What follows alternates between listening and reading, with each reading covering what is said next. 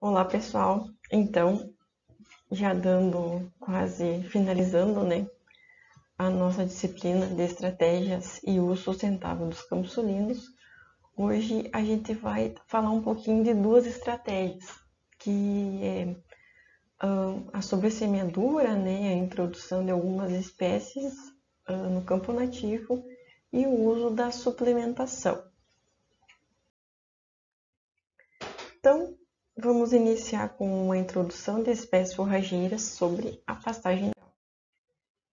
O bioma pampa, né, como a gente já vem tratando nas aulas, né? Então é um ecossistema natural, tem uma diversidade de espécies, né, ampla, ocupa uma grande área do nosso estado. Só que muitas vezes, né, ele não vem sendo valorizado, explorado de forma adequada. E esse campo natural, esse campo nativo, o bioma pampa, na nossa região é a principal fonte forrageira para a produção pecuária. Pensem, ela é a principal fonte forrageira para a pecuária e os nossos produtores não sabem manejar. Então a gente tem que levar essa informação, como fazer os ajustes. Como a gente já viu lá nos níveis de intensificação, né? Tudo começa simplesmente por saber o quanto tem de massa de forragem e adequar ao requerimento desse animal. Esse nosso campo nativo, né, ele já perdeu 75% da vegetação natural e isso vem avançando nos últimos anos devido ao que? A introdução de espécies anuais. Vocês lembram se há quanto tempo começou a se falar na produção da soja aqui na região de Alegrete? Né? Pensem, isso é uma coisa recente. E aonde que está sendo inserido essa produção de soja? Foi eliminado um pedaço de campo nativo e introduzido soja. É uma coisa, né, que não tem aonde produzir. Se era campo e agora é soja, quer dizer que o campo foi eliminado. No capítulo 13 do livro dos Campos Sulinos, Namiger relata que a manutenção do campo, né, com pecuária representa a melhor opção do uso sustentável para fim de produção de alimentos. E é preciso admitir que a atual pressão econômica que se exerce em prol da transferência deste bioma só pode ser revertida se houver alternativas também econômicas que assegurem a permanência da atividade pecuária ali estabelecida. Por quê? Porque se não se faz um manejo adequado, a produção de quilos de animal por hectare ano vai ser muito baixa, como a gente já viu. Então, uma área sem nenhum manejo, sem nenhum controle, o máximo que tu vai conseguir retirar de produtividade desse campo é em torno de 70 quilos de animal, de peso vivo animal ano. Pensem a parte econômica. Isso é viável para manter um produtor? Isso é viável para a produção a nível de estado, a nível nacional? Então, a pastagem natural, ela tem produtividade sim, só que essa produtividade, ela se dá de uma forma estacional. Então, temos que entender qual é essa distribuição dessa produtividade. Como usar essa distribuição estacional a nosso favor. Muitas vezes, a pastagem natural apresenta alguma ausência parcial de algumas leguminosas. Muitas vezes, por quê? Porque esse solo, essa composição florística nunca recebeu nenhum tipo de correção, de adubação, né? Falta fósforo, potássio, cálcio. E sim, esses elementos muitas vezes algumas leguminosas não vão conseguir se manter nesse local. Então, esse problema, né, que ocorre em todo o nosso estado, que é a presença, então, do anone, que, infelizmente, muitos campos, né, eles não são mais campos nativos, são campos praticamente de anone. Isso é uma coisa que tem que ser combatida. Então, ao menor sinal da sua presença, ele tem que ser eliminado para que ele não se alastre tanto, né? E sempre lembrando que a gente tem que fazer um manejo adequado ao longo do ano. Então, aqui a gente encontra alguns gráficos, né? Como a gente pode ver aqui, esse primeiro, na barra da esquerda, tem quilos de matéria seca por hectare, e na barra da direita tem quilos de peso animal. Vocês podem observar, então, que ao longo do ano, né, os meses do ano, a linha azul é a produção de matéria seca ao longo desse ano, a linha verde é a produção de quilos de animal e a faixa vermelha, a linha vermelha, é o peso vivo acumulado. Então, a gente pode observar, então, muito bem essa produção, né? Essa produção estacional de matéria seca, consequentemente, a produção estacional de ganho de peso vivo. Então, temos que adequar essa produtividade, adequar a oferta de forragem, né? A oferta de forragem para que esse animal não perca tanto peso no inverno, que ele mantenha o seu peso para aumentar o ganho primavera-verão, ou usar algumas estratégias, como a gente vai ver nessa apresentação, a inserção de algumas espécies no inverno para tentar suprir esse vazio produtivo de matéria seca no outono e inverno. Então, existem várias formas da gente tentar suprir essa produção, aumentar essa produtividade, adequar a oferta, usar alguns recursos, como a suplementação, em momentos estratégicos. Então, entre os fatores naturais, o clima e o solo constituem a base do ecossistema e afetam de forma notável e decisiva o comportamento das pastagens. Como a gente já viu, um dos níveis de intensificação vai ser a correção do solo, com cálcio, fósforo e potássio.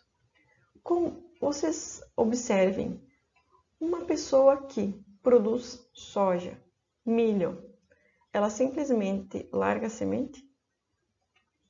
Não. Você faz um preparo do solo, uma adubação adequada, né? Você tem todos os cuidados, você faz tratamento, aplicação de herbicida, fungicida. Vocês pensem, ok, tem uma produção. E por que não pode se ter um mínimo de cuidado, um mínimo de investimento no campo? Por que só retirar desse campo nativo e não se investir nada?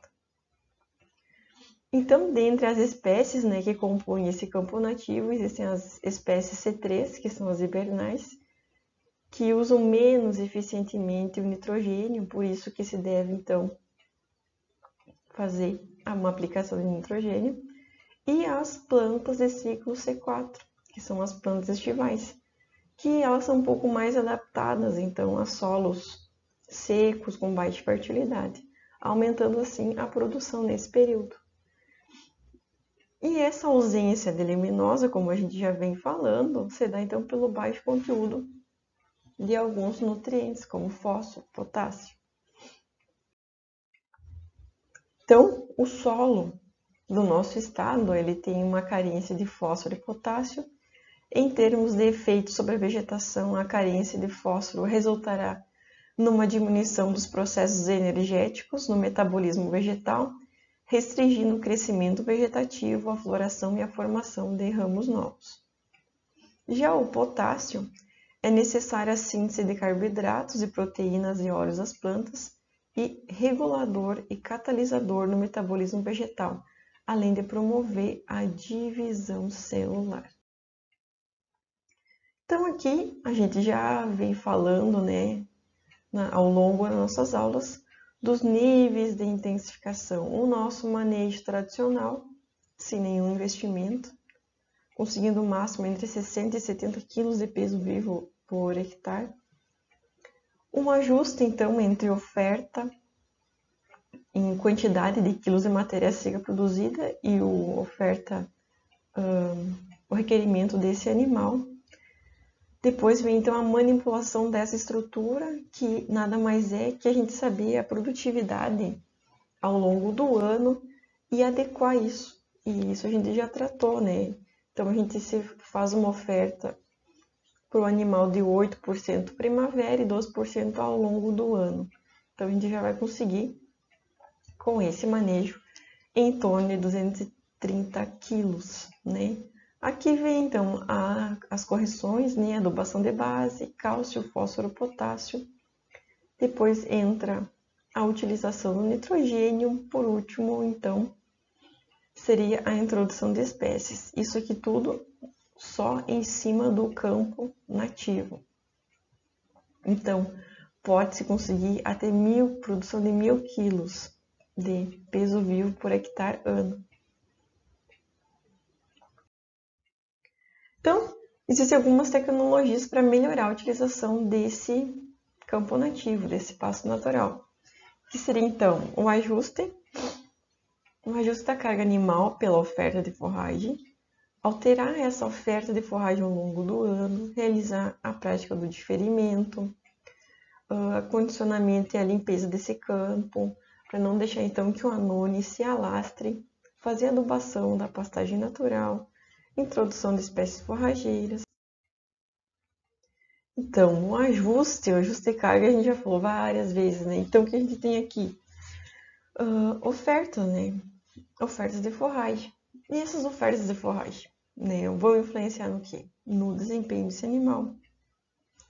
Aqui no primeiro quadrado superior esquerdo, a gente tem uma oferta de 4%, no superior direito de 8%, no inferior direito de 12% e no inferior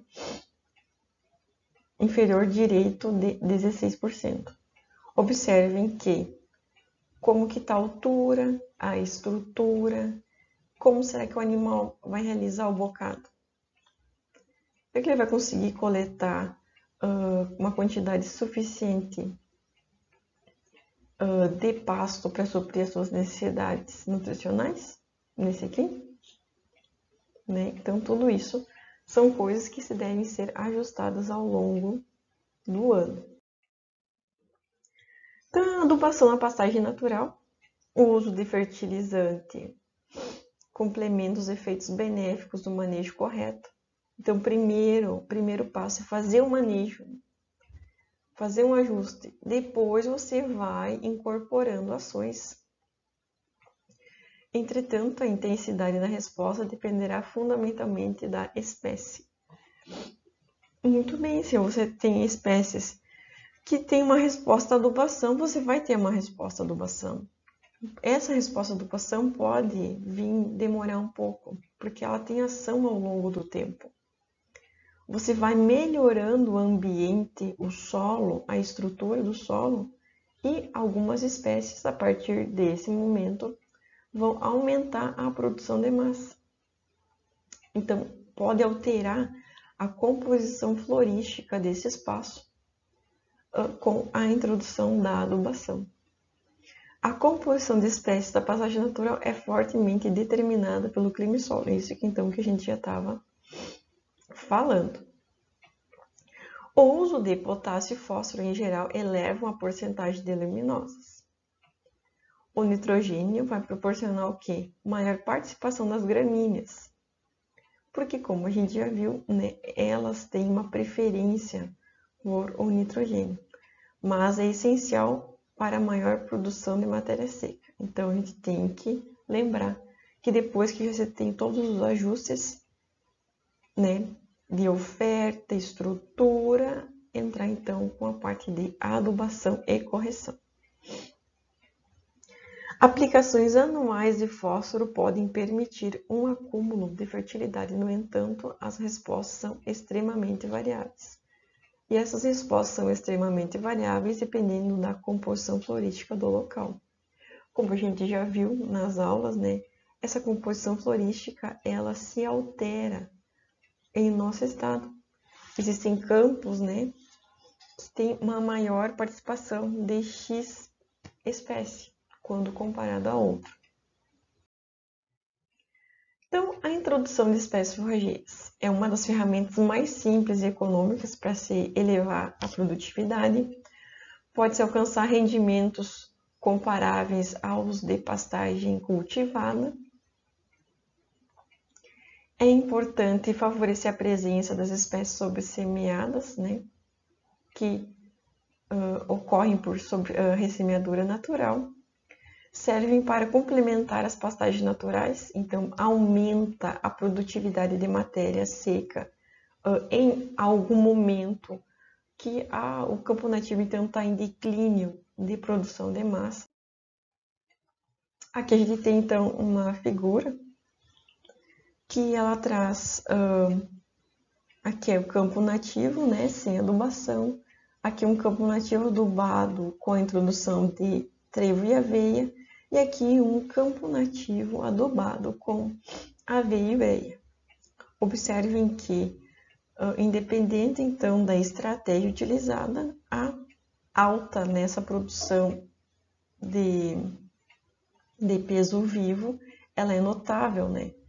Tanto quando você faz a introdução da leguminosa ou quando você faz a utilização da ureia. Não é possível obter melhoramento duradouro simplesmente elevando a fertilidade e semeando só uma vez. Pois bem, né? O pessoal acha que faz uma vez só a sobressemeadura de azevém, porque o azevém vem, né? Vai vir todo ano, mas ele esquece de fazer o manejo adequado, ele esquece de fazer a retirada desses animais quando a planta começa a sementar, e ele quer então que todo ano tenha uma alta densidade de plantas nesse piquete. Mas isso, claro, né, às vezes é falta de informação, e a gente tem que levar essa informação para o nosso produtor. Se as pastagens alcançam o equilíbrio com a condição ambiental, serão, então é mais estável, mas menos produtivas. Elas podem se adaptar também àquele meio. Aqui está uma tabela de um trabalho que mostra o ganho médio diário, né? O ganho e o ganho médio diário em campo nativo e campo nativo melhorado.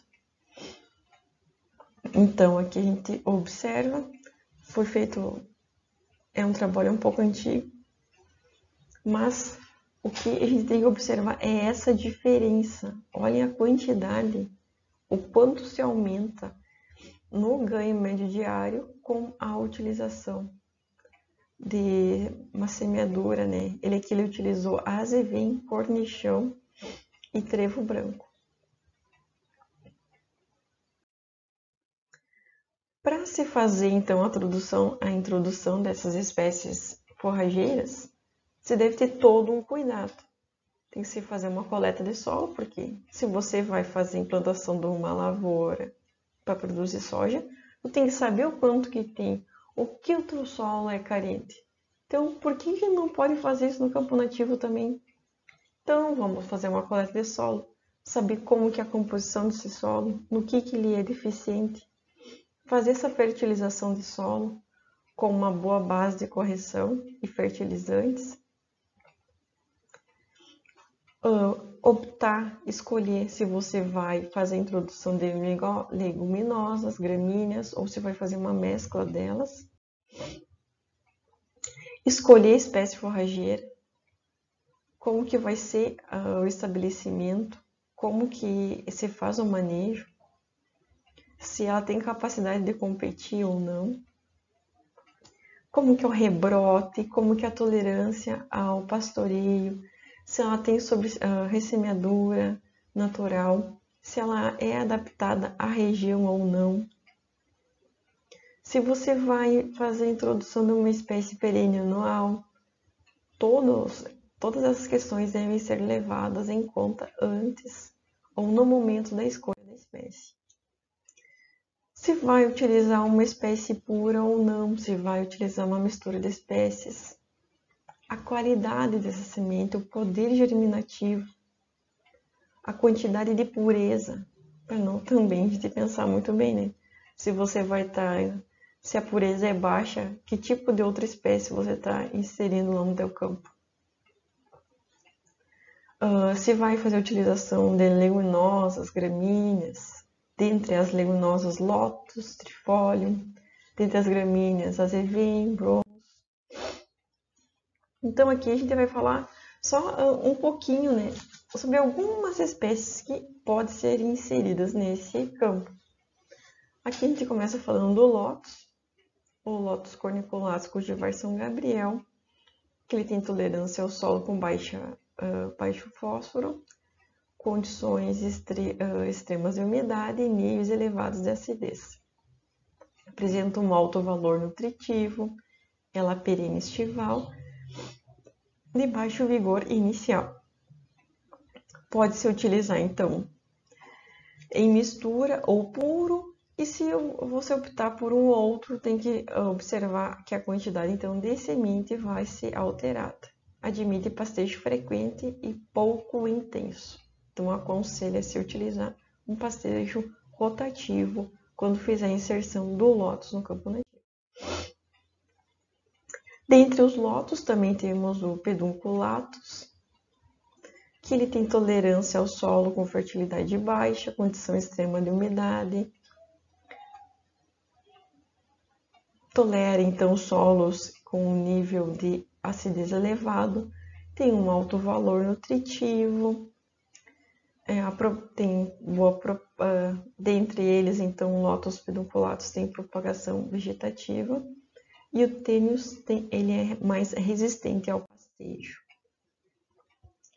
Também temos o trifólio, o trevo vesiculoso, ele não tolera o encharcamento, então tem que se observar em que local da propriedade você vai fazer a inserção dessa espécie. Tem grande produção de forragem, pouco problema com meteorismo. A utilização, então, varia de 6 a 8 quilos. Não aceita pastejo severo, então não podem diminuir a sua altura em mais de 10 centímetros e tem boa ressemeadura natural. Já o Trifolium pratense tem uma alta faixa de semeadura, muito bom vigor inicial, produção estival, né? Se o verão então for úmido, tem um alto risco de meteorismo e se utilizar então pura e mista, varia a quantidade então de semente por quilo. Trifolium repens, ele pode comportar-se de forma anual, bienal, dependendo então de como vai ser esse verão. Solos medianos e férteis e úmidos. Ele requer então uma dose extra de fósforo, tem baixo vigor e o seu estabelecimento é considerado mais lento, mas admite então um pastejo mais intenso. Também cuidar a quantidade de semente se utilizada essa espécie pura ou mistura. Já o Lolium, então, como vocês conhecem muito bem, ele é altamente produtivo, excelente valor nutritivo, produção então inverno e primaveril, isso também tudo vai depender da cultivar. Tem uma grande ressemeadura se a gente respeitar o período de ressemeadura do azevém, admite pastejo intenso e varia então de 10 a 15 quilos o uso em campo nativo, quilos de semente. O Bromus tem uma floração precoce, estabelecimento muito lento, mas é uma forragem de qualidade e resistente. Varia então sua utilização de 35 a 40 kg por hectare. Então, para se realizar a introdução dessa espécie forrageira, tem que fazer o condicionamento breve da área. Como que a gente vai ter que fazer um preparo dessa área? A gente simplesmente não vai chegar lá e vou semear. Aí deu. Não, né? Tem que ter cuidados. Primeiramente, pode-se realizar um pastejo pesado antes da semeadura. Pode-se realizar dessecação. Preparo convencional do solo. Gradagem. Renovação da pastagem e semeadura direta. Cuidar a época de semeadura. Então, nas regiões mais frias pode ser mais cedo no outono, nas regiões mais quentes deve ser mais tarde. O momento próprio é quando diminui a competição da pastagem nativa pelo efeito da temperatura mais baixa. O cornichão no outono terá maior competição. Equipamentos, então, e métodos de semeadura devem ser realizados para diminuir a competição. Pode-se realizar semeadura em cobertura, semeadura direta ou semeadura com preparo mínimo do solo. A profundidade de semeadura é suficiente, então, para favorecer um bom contato solo-semente. E a densidade de semeadura deve ser, então, verificado se você está fazendo a semeadura dela sozinha, somente ela ou em mistura. Aqui está, então, a produtividade. A produção de forragem no primeiro corte das 3 espécies, né, conforme foi realizado a semeadura: trevo, cornichão e azevém. Olhem a produtividade, né, do cornichão cultivar São Gabriel. Aqui está uma tabela de densidade, se você vai utilizar essas espécies, né, de forma extrema, de forma sozinha ou em consórcio, a quantidade de quilos de semente por hectare. Se realizar, então, a introdução de espécies leguminosas, não dá para esquecer que se deve fazer a inoculação da leguminosa, não semear em solos secos ou com pouca umidade. Tem que utilizar o resóbio específico da espécie, evitar o contato da semente inoculada e não pelletizada com fertilizante, porque vai dar atrito, né, corrosão. Você fazer um manejo inicial para promover um pastejo leve.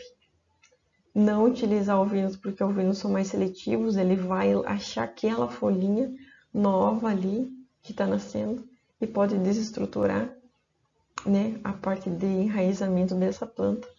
Favorecer o período de descanso e permitir a ressemeadura natural dessas espécies. Então, agora, eu vou falar um pouquinho só de suplementação em campo nativo. Então, por que suplementar? Qual que é o nosso objetivo? A gente vai ter que suplementar porque a gente quer ganhar mais quilos de peso vivo por hectare. Ou fazer uma suplementação estratégica para esse animal não decair no inverno. Ou eu quero que minha novilha cicle mais cedo. Vou dar um aporte nutricional dela em X estágio de desenvolvimento. Tudo isso são questões de suplementar ou não. Então, a gente pode ter um incremento na lotação pela substituição do pasto ingerido pelo suplemento. Existem duas coisas que podem acontecer quando a gente usa a suplementação, que é o efeito de substituição e de adição. Substituição, como o nome diz, é deixar de comer uma parte do pasto, né? Então, se ele comia 3 quilos de pasto, de quilos de matéria seca, ele passa a comer 2,5 quilos de matéria seca, porque o 0,5 ele está agregando do suplemento. E de adição. Uma adição, se ele comia 3 quilos de matéria seca por dia, ele vai adicionar mais 0,5. Então, ele passa a comer agora 3,5 quilos de matéria seca por dia. Então, são questões que devem ser levadas em consideração no desenvolvimento desse animal. O que tu quer fazer? Né? Substituir ou adicionar. Tudo isso, então, vai ter esse encontro entre o que tu tem no pasto o que não tem no suplemento e essa complementariedade lá no rumen, né, para ele fazer toda essa transformação desse alimento em produto, em quilo animal. Redução do período em confinamento ou passagem cultivada. Por quê? Porque tradicionalmente, os animais, né, criados a campo livre, sem nenhum tipo de manejo, ele vai ser um animal que vai levar anos para terminar. Muitas pessoas, então, vão pegar esse animal no fim de 2 anos, 1 ano e meio, e vai confinar.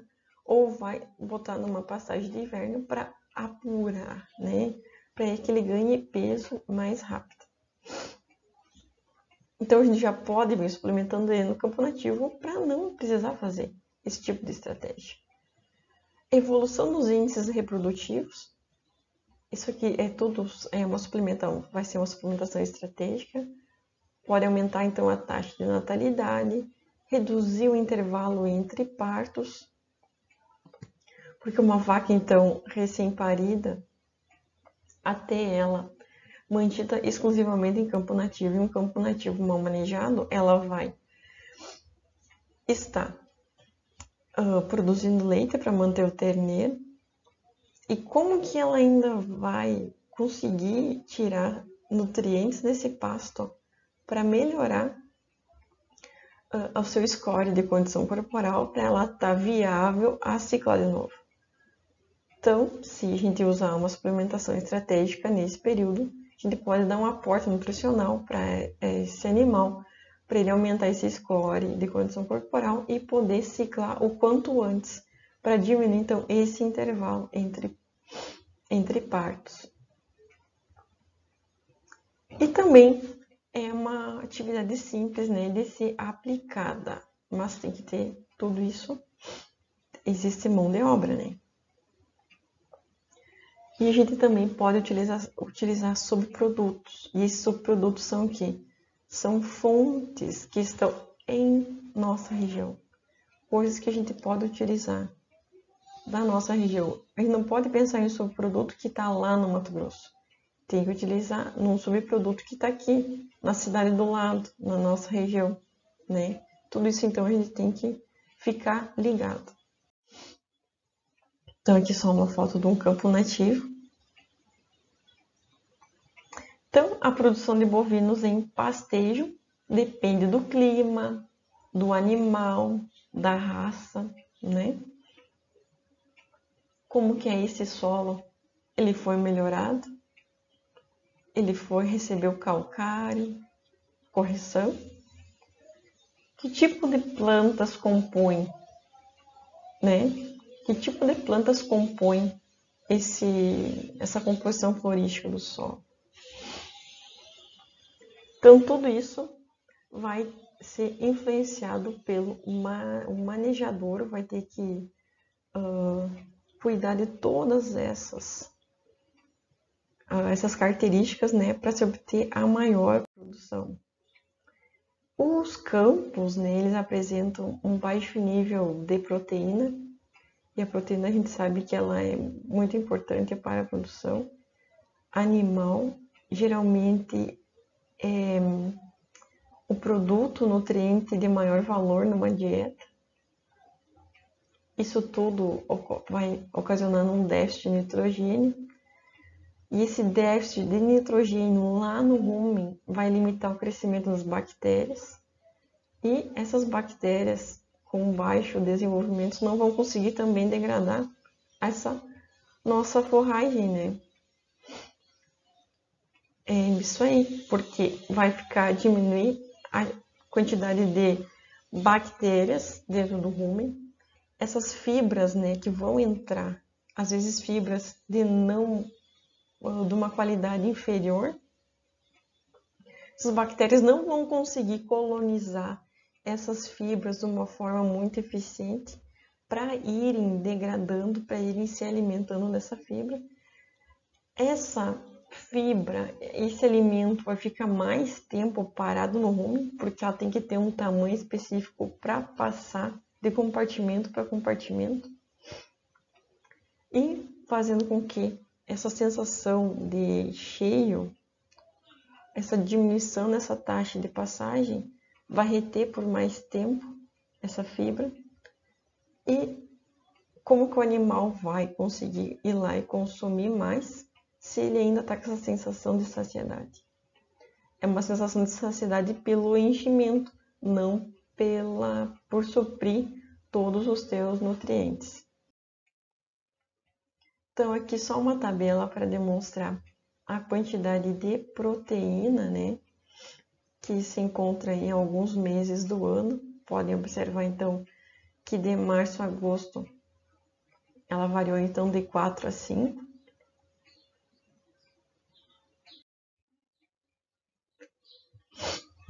Aqui só uma imagem de animais recebendo suplementação no coxo.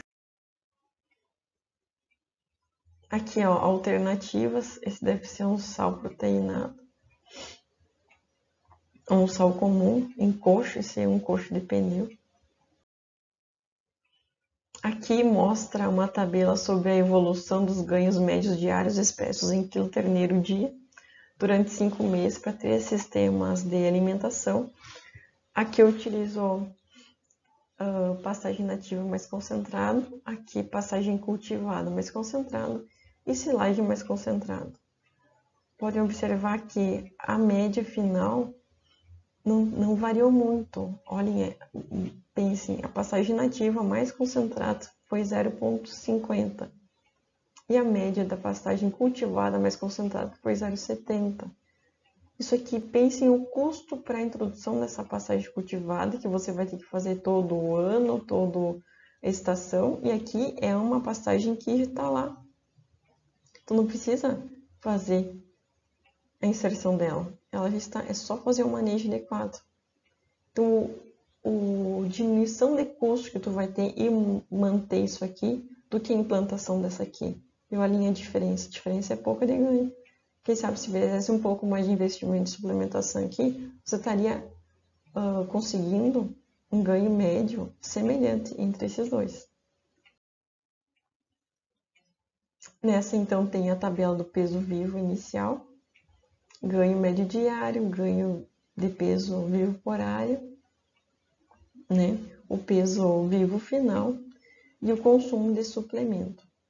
A gente tem 4 sistemas, sendo que esse CPU é novilhos mantidos em campo nativo, suplementados com sal proteinado com ureia, o CPA é sal proteinado com amireia, o CSPAL é sal proteinado com amireia e leveduras, e por último é só o campo nativo com sal mineral.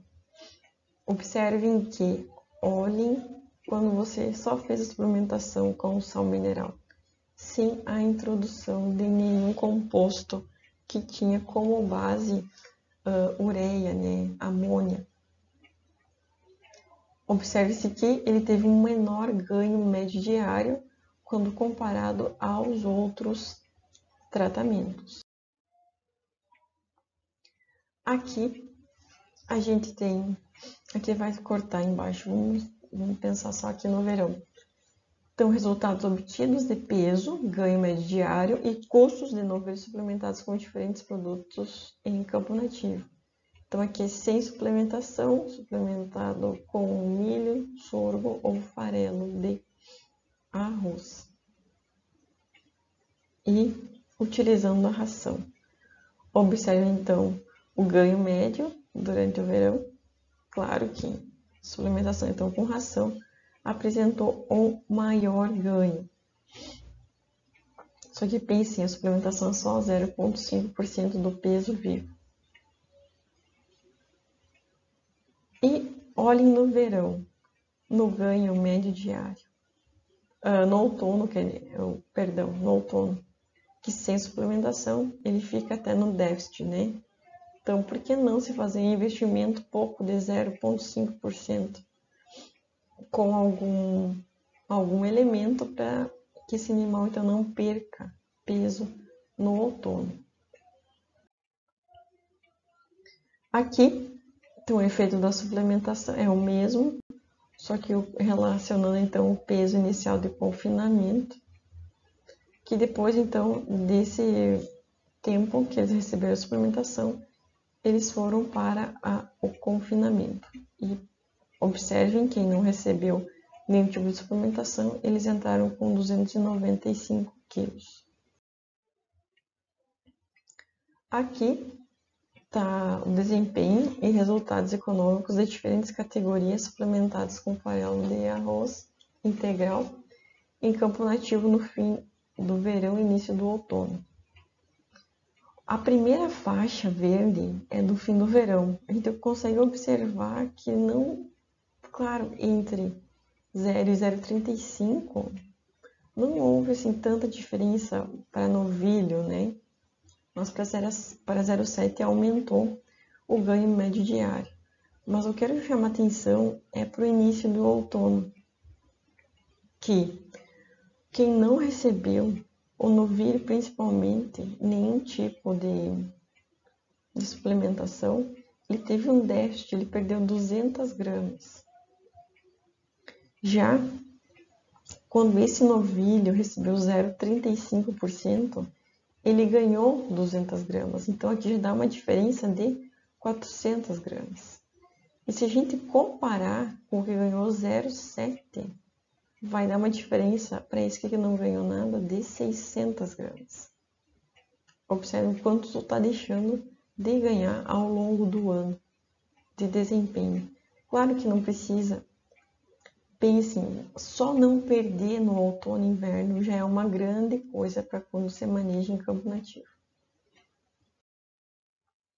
Pessoal, era isso que eu tinha para falar para vocês sobre a introdução de espécies, suplementação, de uma forma bem rápida, né?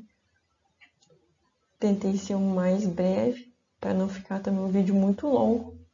E qualquer dúvida, por favor, entre em contato.